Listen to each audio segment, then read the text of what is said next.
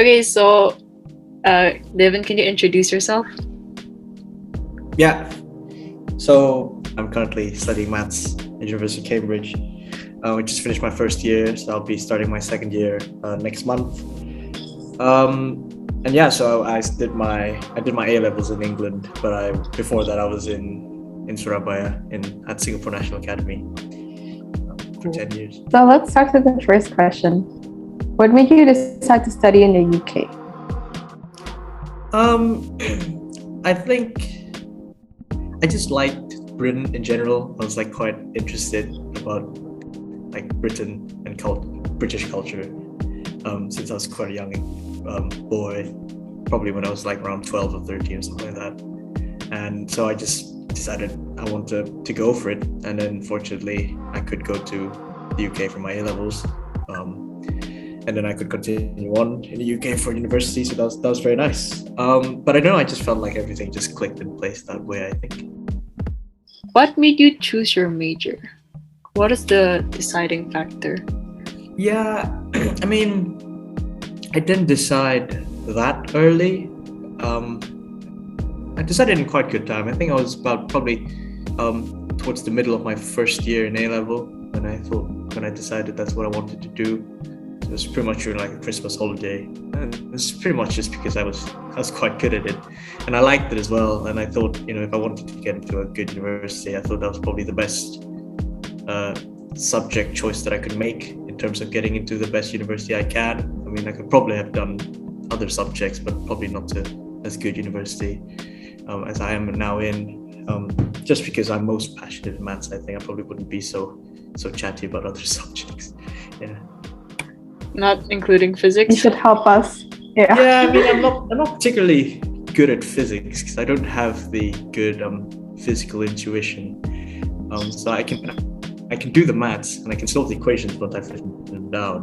But then writing down the equations I find quite difficult. And there are some physics modules in my maths course, and I've done quite okay at them. Not terribly well. But yeah, I live with physics, but nothing more really. The next question is, how do you write a good personal statement, and how long does it take to write it, and what do you think should be included? I think the biggest piece of advice I can really give, coming from my situation, is just kind of make sure you leave enough time for it, and treat it seriously. Because I think lots of people tend to kind of just leave it aside some people tend to leave it aside as a piece of kind of unimportant thing. And you still have to do it properly, because it's also like good grades. A good personal statement is a step forward, and a bad personal statement reflects really badly on you, because everyone expects it done so well. So how long did I take? I didn't take too long. Again, there has to be a balance to it. So you can't, let it absorb all your time and then you neglect all other parts of your application. I probably did around only 3 drafts, and that probably only took me a space of 2 weeks. I took no more than that. And once I finished it, I laid it away because I had to concentrate on other things, so like tests or interviews or whatever. So I did not touch it after my final draft. So once it was approved by the teacher in college, I kind of let it aside. But that whole process from writing down my first words to finishing it up took about 2 weeks. And that I did that during my summer holiday. So that would have been around in the month of August. I would have done that. And it was all done and dusted by August. And I did not touch it again until the end of the application cycle. Oh, dang, 2 weeks. Yeah, I mean, it shouldn't take too long. It's also the point. You take it seriously, but again, it's just one small part of it. So you don't want to get bogged down. And if you have tests to do, then that's significantly more important than your personal statement, because anyone can write a good personal statement. It's not actually that difficult if you think about it. It's just writing a bunch of words in the correct order and including all the things you've done in your life. But then doing the tests are a lot harder, I think. So yeah, I mean, what's included in a personal statement? Classic stuff. You want to show that you're, enthusiastic about your subject. And so that will come from, for STEM subjects, you'll be doing like Olympiads, competitions. If you've done well in them, that's an added bonus. but just showing that you participate is already a step forward. And then things like reading around your subject, so like books are usually very helpful for that, or articles or journals or magazines or whatever. Those are also added points because it shows that you can research on your own, which is obviously a very important skill for university. So the admissions tutors are also looking for that. I mean, for like extracurriculars in form of like things that are not related to your subject, I did include a very small paragraph on it just because it was recommended. I think it's much of a bigger thing in the United States than in the UK to include those kind of things. So a bit of like insider information, because I was talking to my tutor in Cambridge about this, and they're like, we absolutely hate paragraphs that contain anything about things that are not related to your subject because we just do not care about them. That's obviously very Cambridge specific. And I think other universities might not have a viewpoint like that. But I think in general, the idea is that it should not take up maybe more than like 20% of your personal statement, probably preferably less, because at the end of the day, they're looking for students that will do their subject well. And so being necessarily well-rounded in other things isn't exactly what they're looking for, to be honest. So did you apply for like any scholarships? I didn't actually. Well, I mean, I did. It's quite hard to get scholarships in the UK. I think it's not exactly the same as in the United States. So technically what I'm on, so I'm an organ scholar at the moment, so that technically is a scholarship, but that doesn't actually cut my costs down at all. It only takes off like £500 of my bill, so that's not much at all.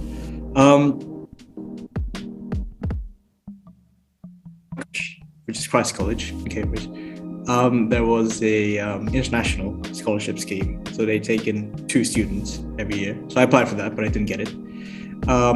And I'm pretty sure there are like funding systems in university in place which you could consider scholarships, but they're really only intended to be taken by people who can't afford going to university. So I couldn't really apply for that in that sense. And I also got a scholarship offer from Nottingham, but I turned it down in the end. Did you wrote uni essays, right? I didn't actually. So no essays for my application. Actually, no essays for a lot of STEM subjects in the UK in general. You wouldn't have to submit essays. Those are probably more for humanities subjects like politics or economics. Cambridge has started taking essays for economics as well. So no, I didn't have to write essays. I'm pretty bad at essays, which is good because I don't have to do lots of essays in maths courses. But what we had to do instead was we had to write a test. So we had an admissions test during the interview for Cambridge. So do you have any tips for like interviews? I mean, just to keep calm. I mean, it's a very scary thing. And I think saying keep calm is always very useless because it never calms you down. But it really is the best idea. It really is the best piece of advice because so essentially interviews are meant to be a way for universities to see how well you can do in an interview environment, especially because actually in Cambridge and Oxford, their systems, you would have things called supervisions in Cambridge. They're called tutorials in Oxford. And it's a 2-on-1 session where you sit down, 2 students to 1 supervisor or tutor, and you kind of discuss, whatever subject you're doing.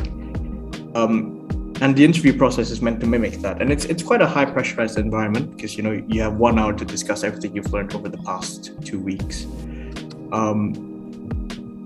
But also, take the interview as an opportunity to practice that kind of thing going to university. And actually, at the end of the day, if you didn't do well in the interview, then maybe, it's a reflection of the fact that maybe that kind of teaching does not suit you. So don't take it badly if you didn't do well in interview because people study in different ways, people in different ways. But the other best thing you can do is just prepare well for them. And in that case, it's just all about just studying the material thoroughly, because, they're only going to ask you stuff about what you've already learned in school. They can't really go further beyond that in terms of material. The difficulty of the questions might be the one that's different, because they tend to involve more of a problem-solving element to it, and that you improve basically by practice. I don't think there's any other way around it, really. Did you join any courses or like Bimble to prepare for A-level? Or did you just... Bimble? I actually have no idea what Bimble is. No, I didn't. I didn't join anything. I kind of did. Yeah, you just went along with it. Okay. I mean, A-levels... the fact is, if you compare A-levels to university, A-levels is a whole lot easier. So just make sure you learn whatever A-levels you're doing properly, because you'll really need it in university. They assume it from the get-go. From the start, they think this thing inside out, and they just build on it straight away. So it's probably a good idea to be very secure with A-level knowledge. Okay, so that's all the questions we have for today. Do you have any last tips or advice to the audience? Maths tips, practice is pretty much the only thing. There are lots of problems out there now. It's the online age, and there are problems everywhere. And just keep doing maths problems. It's the only way. It's not like I do maths problems 24/7. I get bored of maths problems quite quickly anyway, because it's now my university subject. I'm sick of maths at this point. But yeah, it's really the only way to get better at it. And yeah, good luck, I guess. Wait, sorry, not math tips, okay? I mean like advice to the audience about uni application. Sorry, I heard maths advice. That's what I heard on my end. That works too. Yeah. If it's uni applications in general, just be organized. That's one thing. Get it done early, because you don't panic, right? Like 2 days before applications due, and you still have to fill in all the forms, and the forms are long, the forms are boring, but they have to be filled in, and they have to be filled in correctly, because if they're wrong, there's so many potential implications, negative implications. So just be organized. Like if you know what your deadlines are. You have to submit this essay at that date. You have to do this test that date, and make sure you prepare everything. It just makes everything so much smoother. And if you're calm, you'll do everything better, right? So I think that's really the best tip, because you want to be that person who's always on top of your work, right? Like, oh, you've got this settled. You're gonna do that test. You're gonna ace it. You're gonna pass it. You're gonna get into Imperial tomorrow. And you don't have panic all over the place and just be like, oh, I've got this test tomorrow. I haven't prepared for it. And actually, it's quite easy to. It sounds simple, just be organized, but you have to remember that you're doing this alongside your regular school stuff, right? You still got school going on as you do all of these stuff, and so it's very much it will chip away at your free time, but it's worth dedicating some free time to do it properly, especially because the rewards afterwards will be worth it. Yeah. Okay. All right, Davon, thank you so much for accepting our invitation, and thank you to the audience for asking him some questions. I hope his tips will be beneficial for your university applications in the future. And yeah, again, Davon, thank you. Thanks.